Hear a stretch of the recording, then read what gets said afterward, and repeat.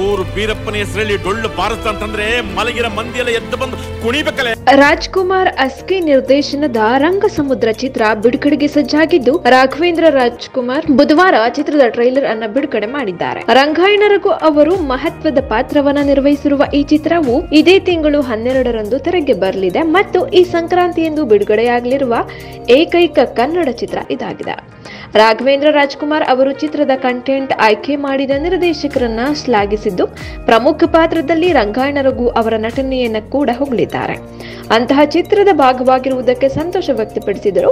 ಚಿತ್ರದ ಯಶಸ್ಸಿಗೆ ಹಾರೈಸಿದರು ಮತ್ತು ತಂಡದೊಂದಿಗೆ ತಮ್ಮ ನಿರಂತರ ಸಹಯೋಗವಿರುತ್ತದೆ ಎಂದಿದ್ದಾರೆ. ನನಗೆ ರಾಜ್ಕುಮಾರ್ ಅಸ್ಕಿ ಅವರ ನಿರೂಪಣೆ ಇಷ್ಟವಾಯಿತು, ಹೀಗಾಗಿಯೇ ಸಿನಿಮಾ ಮಾಡಲು ತಕ್ಷಣ ಒಪ್ಪಿಕೊಂಡೆ ಎಂದ ನಟ ಹೇಳಿದರು. ಚಿತ್ರದ ಶೂಟಿಂಗ್ ಕರ್ನಾಟಕ ಮತ್ತು ಮಹಾರಾಷ್ಟ್ರದ ಮನಮೋಹಕ ಸ್ಥಳಗಳಲ್ಲಿ ನಡೆದಿವೆ. ಈ ಚಿತ್ರದಲ್ಲಿ ಪುನೀತ್ ರಾಜ್ಕುಮಾರ್ ಅತಿಥಿ ಪಾತ್ರದಲ್ಲಿ ನಟಿಸಬೇಕಿತ್ತು, ಆದರೆ ಅದು ಕಾರ್ಯರೂಪಕ್ಕೆ ಬರಲಿಲ್ಲ. ಈಗ ಅದೇ ಚಿತ್ರದಲ್ಲಿ ರಾಘವೇಂದ್ರ ರಾಜ್ಕುಮಾರ್ ವಿಶೇಷ ಪಾತ್ರದಲ್ಲಿ ನಟಿಸಿದ್ದು 12ರಂದು ಬಿಡುಗಡೆಯಾಗಲಿದೆ ಎಂದು ನಿರ್ದೇಶಕರು ಹೇಳುತ್ತಾರೆ. ನಿರ್ಮಾಪಕ ಹೊಯ್ಸಳ ಕೊಣನೂರು ಅವರಿಗೆ ಕಥೆಯನ್ನ ಹೇಳಿದಾಗ ರಂಗಾಯಣ ರಘು ಅವರು ಚಿತ್ರದ ಮುಖ್ಯ ಪಾತ್ರದಲ್ಲಿ ನಟಿಸಲು ಒಪ್ಪಿಕೊಳ್ಳದಿದ್ದರೆ ಈ ಚಿತ್ರ ಚೆನ್ನಾಗಿರುವುದಿಲ್ಲ ಎಂದು ಹೇಳಿದರು.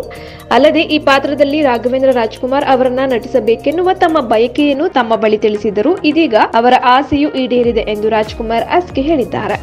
ಚಿತ್ರದಲ್ಲಿ 5 ಹಾಡುಗಳಿದ್ದು, ವಾಗೀಶ್ ಚನ್ನಗಿರಿ ಅವರ ಸಾಹಿತ್ಯವಿದೆ. ಕೈಲಾಶ್ ಕೇರ್, ವಿಜಯ್ ಪ್ರಸಾದ್, ಕಿರವಾಣಿ, ಸಂಚಿತ್ ಹೆಗಡೆ ಮತ್ತು ನಿರ್ದೇಶಕ ರಾಜ್ಕುಮಾರ್ ಅಸ್ಕಿ ಕೂಡ ಚಿತ್ರದ ಹಾಡುಗಳಿಗೆ ಧ್ವನಿಯಾಗಿದ್ದಾರೆ.